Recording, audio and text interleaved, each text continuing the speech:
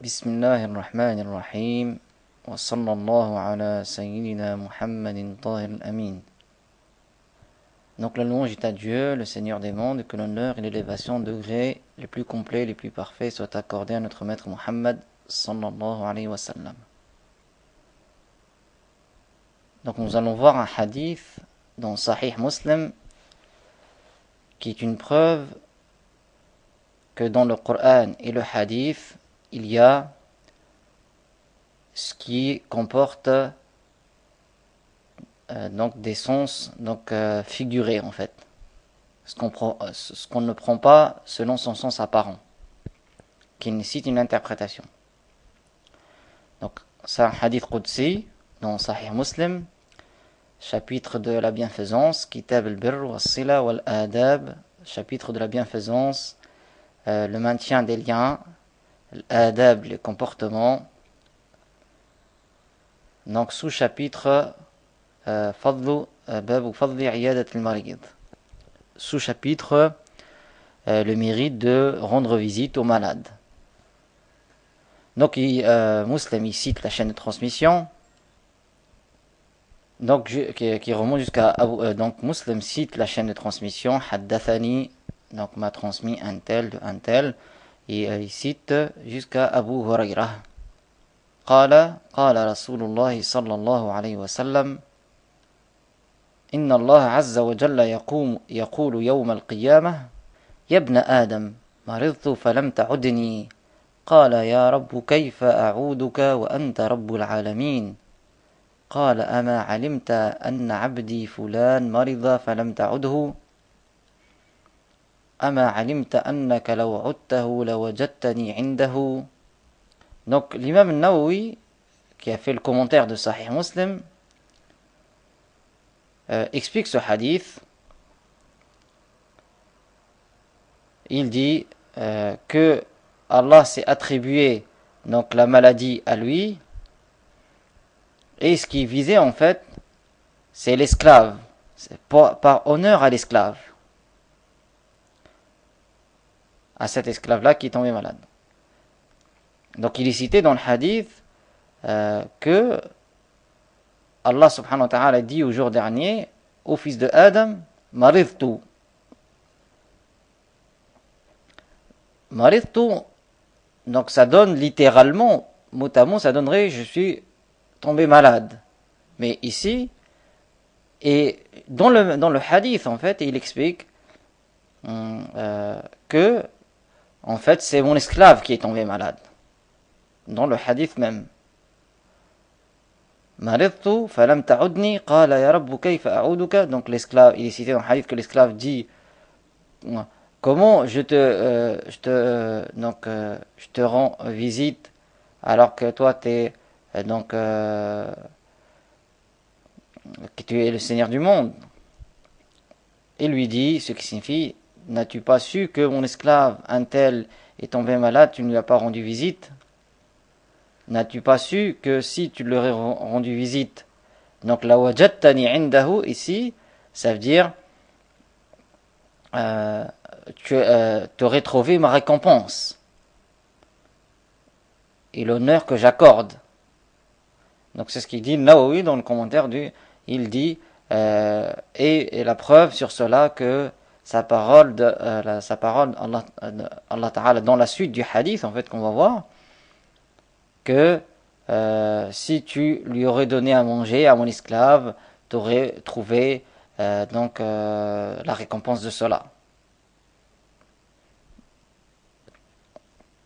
Donc c'est-à-dire au jour du jugement. Donc ce hadith nous montre que, parce que dans le hadith il y a la phrase qui n'est pas la phrase qui est dans un sens figuré en fait, et l'explication de la phrase dans le même hadith en fait. Dans le hadith, textuellement, il y a la phrase qui est dans un sens figuré et l'explication de ce que veut dire la phrase. Parce qu'il dit maridtu, et après il explique que maridtu ici, dans le hadith, que ça veut dire mon esclave est tombé malade. Donc c'est un sens figuré, on dit majaz ou hadf, c'est par omission. C'est-à-dire, dans la texte, ça a été omis de façon figurée, en fait, que l'esclave ou la récompense et le verbe a été attribué directement à Dieu. Mais ça veut dire l'esclave de Dieu ou la récompense de Dieu. Mon esclave est tombé malade, tu aurais trouvé ma récompense. Et donc cette figure de style est utilisée donc, plusieurs fois dans le Coran et le Hadith. Comme dans la ayah waja'a rabbuka, c'est-à-dire waja'a rabbuka, ici c'est la manifestation de la puissance de Dieu est venue. La manifestation de la puissance de Dieu est venue, comme l'a expliqué l'imam Ahmed. Et donc ça c'est dans Sahih Muslim, ça nous montre, Nawawi pareil, il explique hadith al-nuzul, ça veut dire l'ange descend, ou la miséricorde de Dieu descend, ça veut pas dire Dieu lui-même descend. Donc il se peut que dans la langue, on attribue l'acte donc au sujet directement, mais ce qui est visé c'est parce qu'il a ordonné. C'est pas forcément que c'est lui qui a fait cet acte-là. Donc comme on dit, le roi a fait telle chose si les soldats font sous son ordre.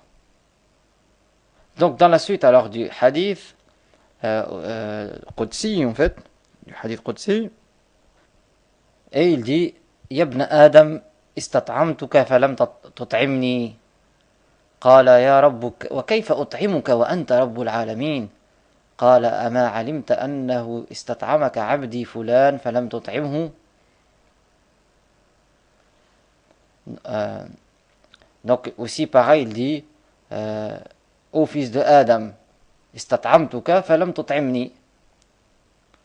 Et ici pareil le verbe donc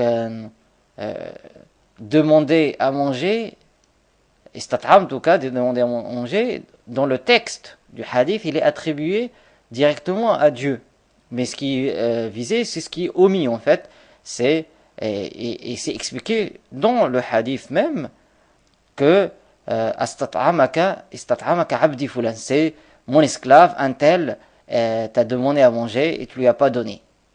Donc le verbe au début il est attribué directement à Dieu. Après il est cité donc que l'esclave s'étonne et puis que Dieu explique que ici istat'am, en tout cas c'est-à-dire mon esclave t'a demandé à manger et tu lui as pas donné.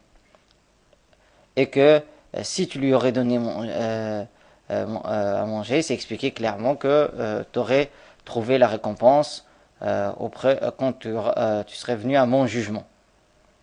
Et pareil dans la suite aussi, Ya ibn Adam istasqaytuka falam tasqini قال يا رب كيف أسقيك وأنت رب العالمين قال استسقاك عبدي فلان فلم تسقه أما إنك لو سقيته وجدت ذلك عندي. Et pareil c'est ce qui signifie donc il est dit, Allah Ta'ala dit ce qui signifie fils de Adam, istasqaytuka, istasqaytuka en arabe ça veut dire donc istasqa c'est demander à boire en fait. Là le mot istasqaytuka, donc là il est attribué directement à Dieu et c'est expliqué que ça veut dire mon esclave t'a demandé à boire et tu lui as pas donné. Et si tu lui aurais donné à boire, tu aurais trouvé la récompense de cela.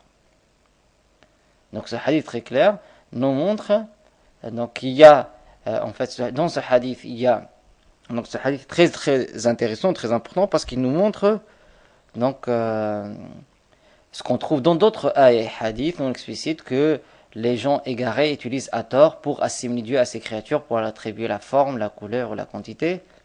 Donc là, c'est clair, ils vont pas dire, le hadith, il veut dire que Dieu est tombé malade. Ils vont pas dire ça. Et pareil, donc on ne dit pas ça. Pourquoi? Parce que c'est pas digne de Dieu. Et puis c'est expliqué que ici, ce qui est visé, c'est l'esclave de Dieu qui est tombé malade. Mais Dieu attribue maridtu au début à lui-même, mais dans le sens de la figure de style de ce qui est omis. Majaz ou hadf. C'est-à-dire, l'esclave de Dieu qui est tombé malade. Et pareil, on ne peut pas attribuer à Dieu le fait de descendre ou s'asseoir ou d'être localisé. Tout ça n'est pas digne de Dieu. Bien sûr,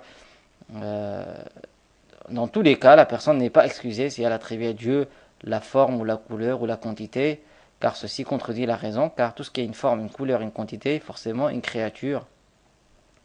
Et la créature, bien sûr, ne peut pas être Dieu. Donc si quelqu'un il a attribué à Dieu la forme, la couleur, la quantité, lui, il doit délaisser cette croyance et revenir à l'islam en prononçant les deux témoignages. Il n'est de Dieu que Dieu et Muhammad est le messager de Dieu. Walhamdulillahi Rabbil Alamin, sallallahu ala sayyidina Muhammadin Tahir al-Amin. Donc la louange est à Dieu, le créateur du monde.